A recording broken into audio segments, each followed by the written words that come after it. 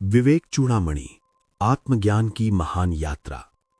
Part 1, मानव जीवन का रहस्य और विवेक का उदय। भूमिका, इंट्रोडक्शन।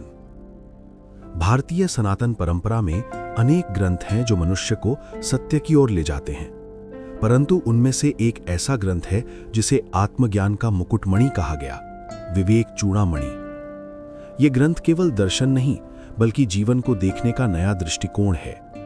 इसे महान दार्शनिक और जगत गुरु आदि शंकराचार्य ने रचा।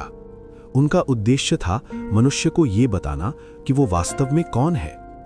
मनुष्य जन्म लेता है, संघर्ष करता है, सुख दुख में उलझता है और अंततः मृत्यु को प्राप्त होता है।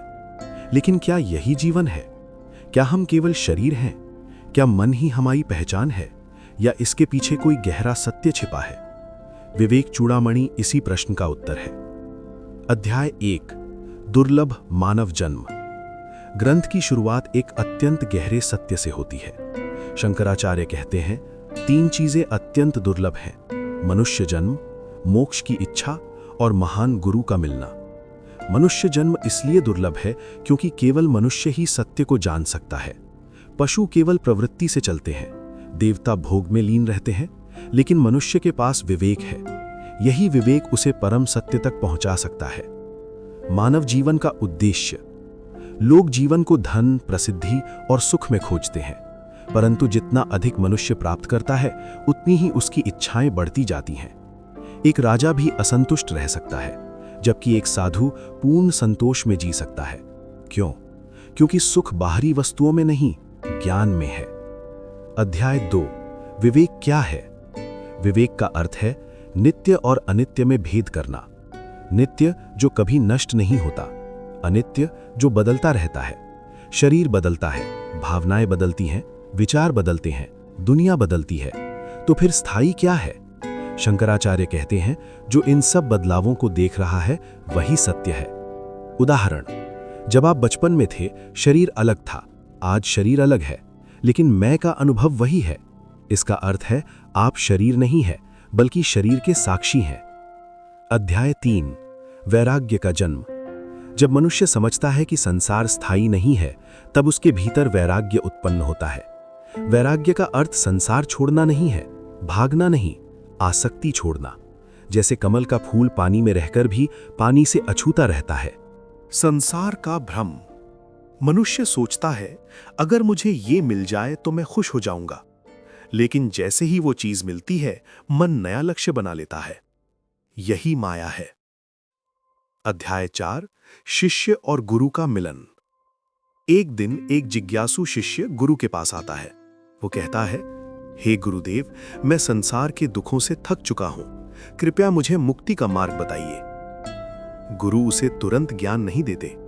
पहले वे पूछते हैं, क्या तुम्हारे भीतर वैराग्य है? क्या तुम सत्य के लिए सब त्याग सकते हो?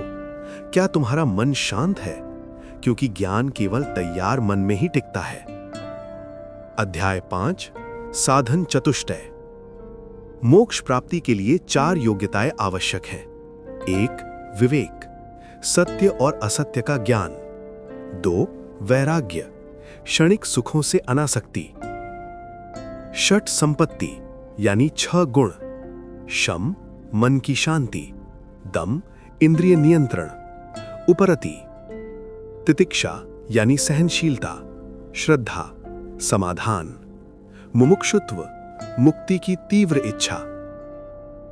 अध्याय 6, आत्मा और शरीर का भेद। गुरु कहते हैं, तुम शरीर नहीं हो। शरीर 5 तत्वों से बना है: पृथ्वी, जल, अग्नि, वायु, आकाश। जो बना है वो नष्ट होगा, लेकिन आत्मा कभी नष्ट नहीं होती। आत्मा की विशेषता है जन्म नहीं, मृत्यु नहीं, परिवर्तन नहीं, शुद्ध चेतना। जैसे सूर्य बादलों से ढक सकता है लेकिन कभी नष्ट नहीं होता। अध्याय 7, अज्ञान का बंधन। बंधन वास्तविक नहीं, अज्ञान से उत्पन्न है। उदाहरण, अंधेरे में रस्सी को सांप समझ लेना। सांप वास्तव में नहीं था, लेकिन भय वास्तविक लगा। इसी तरह संसार का बंधन भी अज्ञान से है। ज्ञान आते ही भ्रम समाप्त। अध्याय 8, मन ही संसार है। गुरु कहते हैं, मन शांत तो संसार शांत, मन अशांत तो संसार दुख में। संसार बाहर नहीं, अनुभव अंदर है। मन का नियंत्रण कैसे? ध्यान, विवेक, आत्मचिंतन, गुरु उपदेश। पार्ट 1 का सार। इस भाग में हमने समझा मानव जन्म का महत्व, विवेक का अर्थ, वैराग्य की आवश्यकता, गुरु शिष्य संबंध, आत्मा और शरीर का भेद। अब आगे हम जानेंगे माया क्या है, आत्मज्ञान कैसे होता है, ब्रह्म और आत्मा एक कैसे हैं। विवेक चूड़ामणि, आत्मज्ञान की महान यात्रा। पार्ट 2, माया, अज्ञान और आत्मा का रहस्य। अध्याय 9, माया क्या है। गुरु शिष्य से कहते हैं, जिसे तुम संसार समझ रहे हो वही माया है। माया का अर्थ है जो दिखाई दे लेकिन अपने वास्तविक रूप में ना हो। ये पूरी सृष्टि अनुभव होती है परंतु स्थायी नहीं है। माया की शक्ति। माया 2 कार्य करती है। आवरण शक्ति सत्य को छिपा देती है, विक्षेप शक्ति असत्य को सत्य जैसा दिखाती है। जैसे बादल सूर्य को ढक देते हैं, सूर्य गायब नहीं होता लेकिन हमें दिखाई नहीं देता। उसी प्रकार आत्मा हमेशा उपस्थित है पर अज्ञान उसे ढक देता है। अध्याय 11, अज्ञान, अविद्या का प्रभाव। शिष्य पूछता है, अगर आत्मा हमेशा मुक्त है तो हम बंधन क्यों महसूस करते हैं? गुरु उत्तर देते हैं, बंधन वास्तविक नहीं, केवल अविद्या है। मनुष्य 3 गलत पहचान बना लेता है। मैं शरीर हूं, मैं मन हूं, मैं करता हूं। यही दुख का कारण है। उदाहरण, जब आप सपना देखते हैं तो सपना सच लगता है, जागने पर पता चलता है सब भ्रम था। जीवन भी वैसा ही है जब तक आत्मज्ञान नहीं होता। अध्याय 11, पंचकोश, 5 आवरण। गुरु बताते हैं कि आत्मा 5 परतों से ढकी हुई है। पहला, अन्नमय कोश, भोजन से बना शरीर। दूसरा, प्राणमय कोश, जीवन ऊर्जा, श्वास, प्राण। तीसरा, मनोमय कोश, भावनाएं और विचार। चौथा, विज्ञानमय कोश, बुद्धि और निर्णय शक्ति। 5वां, आनंदमय कोश, गहरी नींद जैसी शांति। इनमें से कोई भी आत्मा नहीं है, आत्मा इन सब की साक्षी है। अध्याय 12, साक्षी भाव। गुरु कहते हैं, तुम वो नहीं जो सोचते हो, तुम वो हो जो सोच को देख रहा है। क्रोध आता है, तुम देखते हो। दुख आता है, तुम देखते हो। खुशी आती है, तुम देखते हो। देखने वाला कभी बदलता नहीं, वही आत्मा है। अध्याय 13, 3 अवस्थाएं। मनुष्य 3 अवस्थाओं से गुजरता है। 1, जागृत अवस्था, दुनिया का अनुभव। 2, स्वप्न अवस्था, मन की दुनिया।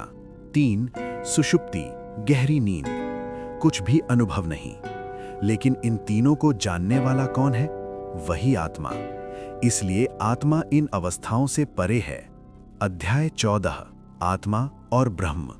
गुरु कहते हैं, सबसे महान सत्य है आत्मा बराबर ब्रह्म। जिस चेतना से तुम जीवित हो वही पूरी सृष्टि का आधार है। जैसे घड़े के अंदर का आकाश, घड़े के बाहर का आकाश 2 अलग नहीं होते। घड़ा टूटते ही आकाश एक ही दिखता है। शरीर घड़े की तरह है। अध्याय 15, अहंकार का भ्रम। अहंकार कहता है मैं करता हूं, लेकिन गुरु समझाते हैं शरीर कार्य करता है, मन सोचता है, बुद्धि निर्णय लेती है, आत्मा केवल साक्षी है। उदाहरण, सूर्य केवल प्रकाश देता है, लोग उस प्रकाश में काम करते हैं। सूर्य कर्ता नहीं बनता, उसी तरह आत्मा अकर्ता है। अध्याय 16, मुक्ति क्या है। मुक्ति कहीं जाने से नहीं मिलती, मुक्ति बराबर अपनी असली पहचान जान लेना। जब मनुष्य समझता है मैं शरीर नहीं शुद्ध चेतना हूं, तभी बंधन समाप्त हो जाता है। अध्याय 17, ज्ञान कैसे प्राप्त होता है। गुरु 3 चरण बताते हैं। 1, श्रवण, सत्य को सुनना। 2, मनन, गहराई से विचार करना। 3, निधिध्यासन, ध्यान में सत्य का अनुभव करना। ज्ञान केवल पढ़ने से नहीं आता, अनुभव से आता है। पार्ट 3, साधना, ध्यान और आत्मबोध का अनुभव। अध्याय 19, साधक की वास्तविक यात्रा। गुरु शिष्य से कहते हैं, ज्ञान केवल शब्दों से नहीं मिलता, ज्ञान तब जन्म लेता है जब जीवन स्वयं साधना बन जाए। बहुत लोग शास्त्र पढ़ते हैं परंतु आत्मज्ञान प्राप्त नहीं करते। क्यों? क्योंकि ज्ञान सुनना आसान है लेकिन अहंकार छोड़ना कठिन। साधक की यात्रा बाहर से भीतर की ओर होती है। अध्याय 20। मन सबसे बड़ा मित्र और शत्रु। मनुष्य का मन ही उसे बांधता है और वही मुक्त भी करता है। नियंत्रित मन मुक्ति, अनियंत्रित मन बंधन। मन इच्छाओं से चलता है। इच्छा, कर्म, आदत, स्वभाव, भाग्य। इसलिए गुरु कहते हैं इच्छा को समझो, दबाओ नहीं। मन की तुलना बंदर से। मन एक बंदर की तरह है, एक विचार से दूसरे विचार पर कूदता रहता है, कभी शांत नहीं रहता, हमेशा कुछ नया चाहता है। ध्यान का उद्देश्य मन को रोकना नहीं बल्कि उसे शांत करना है। अध्याय 21। ध्यान क्या है? ध्यान का अर्थ आंख बंद करना नहीं है। ध्यान यानी स्वयं में स्थिर होना। जब मन बाहरी वस्तुओं से हटकर आत्मा में टिक जाता है वही ध्यान है। ध्यान की प्रक्रिया: शांत स्थान, सीधी रीढ़, धीमी श्वास, विचारों का निरीक्षण, साक्षी भाव। विचार आएंगे, उन्हें रोकना नहीं, बस देखना है। धीरे धीरे विचार कमजोर हो जाते हैं। अध्याय 22। नीति नेति साधना। गुरु शिष्य को एक गहरी विधि सिखाते हैं। नीति नीति, ये नहीं, ये नहीं, मैं शरीर नहीं, मैं मन नहीं, मैं बुद्धि नहीं, मैं भावनाएं नहीं, जो बचता है वही आत्मा है। अध्याय 23। आत्मा का अनुभव। शिष्य पूछता है आत्मज्ञान कैसा महसूस होता है? गुरु मुस्कुराते हैं। वे कहते हैं ये कोई नया अनुभव नहीं है, ये वही है जो हमेशा था। आत्मज्ञान में भय समाप्त, इच्छा शांत, मन स्थिर, आनंद स्वाभाविक। ये आनंद किसी कारण से नहीं होता। अध्याय 24। जीव और ब्रह्म की एकता। जैसे समुद्र में लहरें उठती हैं, हर लहर अलग दिखती है परंतु पानी एक ही है। इसी प्रकार जीव यानी लहर, ब्रह्म यानी समुद्र। अलग दिखना केवल नाम और रूप का भ्रम है। अध्याय 25। कर्म और ज्ञान। शिष्य पूछता है क्या कर्म से मुक्ति मिलती है? गुरु उत्तर देते हैं कर्म मन को शुद्ध करता है लेकिन मुक्ति केवल ज्ञान से होती है। जैसे अंधकार को झाड़ू से नहीं हटाया जा सकता, केवल प्रकाश ही अंधकार हटाता है। ज्ञान वही प्रकाश है। अध्याय 26।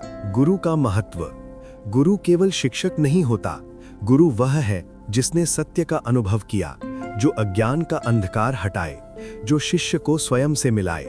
गुरु दिशा दिखाता है, चलना शिष्य को होता है। अध्याय 27। अहंकार का अंत। आत्मज्ञान का सबसे बड़ा बाधक है अहंकार। अहंकार कहता है मैं श्रेष्ठ हूं, मैं जानता हूं, मैं करता हूं। ज्ञान कहता है सब ब्रह्म है, करता कोई नहीं, सब लीला है। जब अहंकार गिरता है तभी शांति आती है। अध्याय 28। शांति की अवस्था। जब मन पूरी तरह शांत हो जाता है तब साधक अनुभव करता है न कोई भय, न कोई लालसा, न कोई द्वेष। यह मृत अवस्था नहीं बल्कि पूर्ण जागृति है। इसे ही समाधि कहा गया। अध्याय 29। जीवन मुक्त कौन है? जीवन मुक्त वह है जो शरीर में रहते हुए भी मुक्त है, सुख दुख में समान रहता है, किसी से द्वेष नहीं करता, कुछ पाने या खोने का भय नहीं रखता। वो संसार में रहता है पर संसार उसमें नहीं रहता। पार्ट 3 का सार। इस भाग में हमने जाना साधना का वास्तविक अर्थ, ध्यान की सच्ची प्रक्रिया, नेति नेति साधना, आत्मज्ञान का अनुभव, जीवन मुक्त की पहचान। अब अगले भाग में हम जानेंगे जीवन मुक्त का जीवन कैसा होता है, ज्ञान के बाद संसार कैसा दिखता है, अंतिम मुक्ति का रहस्य। पार्ट 4। जीवन मुक्ति और परम शांति का रहस्य। अध्याय 30। ज्ञान के बाद क्या होता है? शिष्य गुरु से पूछता है गुरुदेव, जब आत्मज्ञान हो जाता है तब जीवन कैसा हो जाता है? गुरु कहते हैं ज्ञान के बाद संसार समाप्त नहीं होता, लेकिन संसार का भ्रम समाप्त हो जाता है। पहले मनुष्य दुनिया को वास्तविक मानता था, अब वो समझता है सब परिवर्तनशील है। जैसे फिल्म देखते समय रोना हंसना होता है पर भीतर पता रहता है कि ये केवल चलचित्र है। अध्याय 31। जीवन मुक्त की दृष्टि। जीवन मुक्त व्यक्ति दुनिया को अलग दृष्टि से देखता है। उसके लिए मित्र और शत्रु समान, सम्मान और अपमान समान, लाभ और हानि समान, क्योंकि उसकी पहचान अब शरीर से नहीं आत्मा से होती है। उदाहरण, समुद्र की गहराई शांत रहती है, चाहे ऊपर कितनी भी लहरें हों। जीवन मुक्त का मन भी ऐसा ही होता है। अध्याय 32, कर्म का प्रभाव क्यों नहीं रहता? शिष्य पूछता है, क्या ज्ञानी व्यक्ति कर्म नहीं करता? गुरु कहते हैं, वो कर्म करता है लेकिन करता नहीं बनता। जैसे अभिनेता मंच पर भूमिका निभाता है पर जानता है कि वो वास्तविक पात्र नहीं है, इसी कारण कर्म उसे बांध नहीं पाते। अध्याय 33, सुख और दुख का रहस्य। अज्ञानी व्यक्ति सुख को पकड़ना चाहता है और दुख से भागता है। ज्ञानी जानता है दोनों मन की अवस्थाएं हैं, इसलिए वो किसी से चिपकता नहीं। जीवन का संतुलन। जब अपेक्षाएं समाप्त होती हैं तब पीड़ा समाप्त होती है। ज्ञानी आनंद खोजता नहीं, वो स्वयं आनंद बन जाता है। अध्याय 34, मौन का ज्ञान। गुरु कहते हैं, सत्य शब्दों से नहीं समझाया जा सकता। सबसे बड़ा उपदेश है मौन। जब मन शांत होता है तब सत्य स्वयं प्रकट होता है, जैसे शांत जल में चंद्रमा साफ दिखाई देता है। अध्याय 35, भय का अंत। भय का मूल कारण है मैं शरीर हूं की भावना। जब साधक अनुभव करता है कि मैं अविनाशी आत्मा हूं, तब मृत्यु का भय समाप्त हो जाता है। मृत्यु केवल शरीर का परिवर्तन है। अध्याय 36, प्रेम का वास्तविक स्वरूप। ज्ञान के बाद प्रेम सीमित नहीं रहता, वो किसी व्यक्ति तक सीमित नहीं रहता। ज्ञानी हर जीव में स्वयं को देखता है, इसलिए उसका प्रेम सार्वभौमिक हो जाता है। अध्याय 37, संसार में रहते हुए मुक्ति। गुरु कहते हैं, मुक्ति जंगल भागने से नहीं मिलती, मुक्ति मन की अवस्था है। एक व्यक्ति राजमहल में रहकर भी मुक्त हो सकता है और कोई जंगल में रहकर भी बंधा रह सकता है। पार्ट 4, जीवन मुक्ति और परम शांति का रहस्य। अध्याय 30, ज्ञान के बाद क्या होता है? शिष्य गुरु से पूछता है, गुरुदेव, जब आत्मज्ञान हो जाता है तब जीवन कैसा हो जाता है? गुरु कहते हैं, ज्ञान के बाद संसार समाप्त नहीं होता, लेकिन संसार का भ्रम समाप्त हो जाता है। पहले मनुष्य दुनिया को वास्तविक मानता था, अब वो समझता है सब परिवर्तनशील है। जैसे फिल्म देखते समय रोना हंसना होता है, पर भीतर पता रहता है कि ये केवल चलचित्र है। अध्याय 31, जीवन मुक्त की दृष्टि। जीवन मुक्त व्यक्ति दुनिया को अलग दृष्टि से देखता है। उसके लिए मित्र और शत्रु समान, सम्मान और अपमान समान, लाभ और हानि समान, क्योंकि उसकी पहचान अब शरीर से नहीं आत्मा से होती है। उदाहरण, समुद्र की गहराई शांत रहती है, चाहे ऊपर कितनी भी लहरें हों। जीवन मुक्त का मन भी ऐसा ही होता है। अध्याय 32, कर्म का प्रभाव क्यों नहीं रहता? शिष्य पूछता है, क्या ज्ञानी व्यक्ति कर्म नहीं करता? गुरु कहते हैं, वो कर्म करता है लेकिन करता नहीं बनता। जैसे अभिनेता मंच पर भूमिका निभाता है पर जानता है कि वो वास्तविक पात्र नहीं है, इसी कारण कर्म उसे बांध नहीं पाते। अध्याय 33, सुख और दुख का रहस्य। अज्ञानी व्यक्ति सुख को पकड़ना चाहता है और दुख से भागता है। ज्ञानी जानता है दोनों मन की अवस्थाएं हैं, इसलिए वो किसी से चिपकता नहीं। जीवन का संतुलन। जब अपेक्षाएं समाप्त होती हैं तब पीड़ा समाप्त होती है। ज्ञानी आनंद खोजता नहीं, वो स्वयं आनंद बन जाता है। अध्याय 34, मौन का ज्ञान। गुरु कहते हैं, सत्य शब्दों से नहीं समझाया जा सकता। सबसे बड़ा उपदेश है मौन। जब मन शांत होता है तब सत्य स्वयं प्रकट होता है, जैसे शांत जल में चंद्रमा साफ दिखाई देता है। अध्याय 35, भय का अंत। भय का मूल कारण है मैं शरीर हूं की भावना। जब साधक अनुभव करता है कि मैं अविनाशी आत्मा हूं, तब मृत्यु का भय समाप्त हो जाता है। मृत्यु केवल शरीर का परिवर्तन है। अध्याय 36, प्रेम का वास्तविक स्वरूप। ज्ञान के बाद प्रेम सीमित नहीं रहता, वो किसी व्यक्ति तक सीमित नहीं रहता।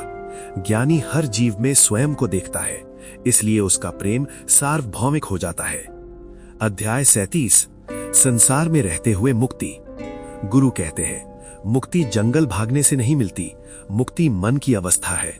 एक व्यक्ति राजमहल में रहकर भी मुक्त हो सकता है और कोई जंगल में रहकर भी बंधा रह सकता है। अध्याय 38, अंतिम अज्ञान का नाश। आत्मज्ञान अंतिम सत्य का अनुभव है। न मैं जन्मा, न मैं मरूंगा, न मैं सीमित हूं, मैं शुद्ध चेतना हूं। यही ब्रह्म है। अध्याय 39, ब्रह्म की अवस्था। ब्रह्म निराकार, अनंत, शुद्ध, पूर्ण, आनंद स्वरूप। उसे न देखा जा सकता है, न छुआ जा सकता है, क्योंकि वही देखने और अनुभव करने की शक्ति है। अध्याय 40, गुरु का अंतिम उपदेश। गुरु शिष्य से कहते हैं, तुम वही हो जिसे तुम खोज रहे थे। शिष्य की आंखों में आंसू आ जाते हैं। उसे समझ आता है, जिस सत्य को पाने के लिए वो बाहर भटक रहा था, वो हमेशा उसके भीतर था। पार्ट 4 का सार। इस भाग में हमने जाना, ज्ञान के बाद जीवन कैसा होता है, जीव मुक्त की अवस्था, कर्म से मुक्ति, भय और दुख का अंत, ब्रह्म का अनुभव। अब अंतिम भाग में हम समझेंगे पूर्ण आत्मबोध, ब्रह्म ज्ञान और अंतिम मुक्ति। Part 5 final. आत्मबोध, ब्रह्म ज्ञान और अंतिम मुक्ति। अध्याय 41, अंतिम प्रश्न। लंबी साधना के बाद शिष्य गुरु के सामने बैठा था। उसका मन अब पहले जैसा अशांत नहीं था। वो पूछता है, गुरुदेव, क्या आत्मज्ञान कोई अंतिम उपलब्धि है? गुरु कहते हैं, आत्मज्ञान कुछ नया प्राप्त करना नहीं है, ये केवल भूल को समाप्त करना है। जैसे बादल हटते ही सूर्य प्रकट हो जाता है। अध्याय 42, आत्मबोध का क्षण। एक दिन ध्यान में बैठा शिष्य अचानक अनुभव करता है, विचार शांत हो गए, समय जैसे रुक गया। कोई इच्छा नहीं, कोई भय नहीं, केवल शुद्ध अस्तित्व। उसे अनुभव हुआ, मैं शरीर नहीं हूं, मैं मन नहीं हूं, मैं शुद्ध चेतना हूं। यही आत्मबोध है। अध्याय 43, द्वैत का अंत। ज्ञान से पहले मैं और संसार अलग, मैं और ईश्वर अलग। ज्ञान के बाद सब एक ही चेतना का विस्तार, जैसे अनेक दीपकों में जलती हुई लौ एक ही अग्नि है। अध्याय 44, पूर्ण स्वतंत्रता। अब शिष्य समझ चुका था, स्वतंत्रता बाहर नहीं, भीतर है। परिस्थितियां बदलें या ना बदलें, लोग प्रशंसा करें या आलोचना, उसकी शांति अडिग रहती है। अध्याय 45, आनंद का स्रोत। संसार का सुख कारण पर निर्भर होता है, लेकिन आत्मानंद बिना कारण होता है। ये किसी वस्तु से नहीं आता, ये हमारी वास्तविक प्रकृति है। अध्याय 46, ज्ञानी का जीवन। ज्ञानी व्यक्ति सरल होता है, विनम्र होता है, शांत रहता है, किसी से प्रतिस्पर्धा नहीं करता। वो कुछ बनने की कोशिश नहीं करता, क्योंकि उसे पता है वह पूर्ण है। अध्याय 47, संसार एक लीला। गुरु कहते हैं, ये संसार ईश्वर की लीला है। ज्ञानी इसमें भाग लेता है, लेकिन उसमें खोता नहीं। जैसे बच्चा खेल खेलता है, गंभीरता से, पर भीतर हल्कापन रहता है। अध्याय 48, मृत्यु का रहस्य। शिष्य का अंतिम भय था मृत्यु। गुरु बोले, मृत्यु शरीर की है, आत्मा की नहीं। जैसे व्यक्ति पुराने वस्त्र छोड़कर नए पहनता है, आत्मा कभी समाप्त नहीं होती। अध्याय 49, मौन की शिक्षा। अंतिम उपदेश शब्दों में नहीं दिया गया। गुरु और शिष्य दोनों मौन बैठे। उस मौन में ही सत्य प्रकट हुआ। शिष्य समझ गया, ज्ञान शब्दों से नहीं, अनुभव से होता है। अध्याय 50, विवेक चूड़ामणि का परम संदेश। इस महान ग्रंथ का सार। तुम शरीर नहीं हो, तुम मन नहीं हो, तुम सीमित व्यक्ति नहीं हो, तुम शुद्ध अनंत चेतना हो। अज्ञान ही बंधन है, ज्ञान ही मुक्ति है। समापन। आत्मा की विजय। जब शिष्य गुरु के चरणों में झुका, तब गुरु बोले, अब तुम्हें कुछ सीखने की आवश्यकता नहीं, स्वयं में स्थित रहो। शिष्य अब साधक नहीं रहा, वो ज्ञानी बन चुका था। उसने संसार को नहीं छोड़ा, बल्कि भ्रम को छोड़ दिया, और उसी क्षण उसकी यात्रा पूर्ण हो गई। पूरे ग्रंथ का महासार, कंप्लीट एसेंस। विवेक से सत्य पहचानो, वैराग्य से आसक्ति छोड़ो, साधना से मन शुद्ध करो, ज्ञान से स्वयं को जानो और आत्मा में स्थित हो जाओ।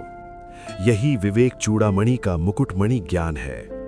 अगर आपको ये दिव्य ज्ञान और विवेक चूड़ामणि की ये आध्यात्मिक यात्रा पसंद आई हो, तो वीडियो को लाइक जरूर करें, ताकि ये ज्ञान और लोगों तक पहुंच सके।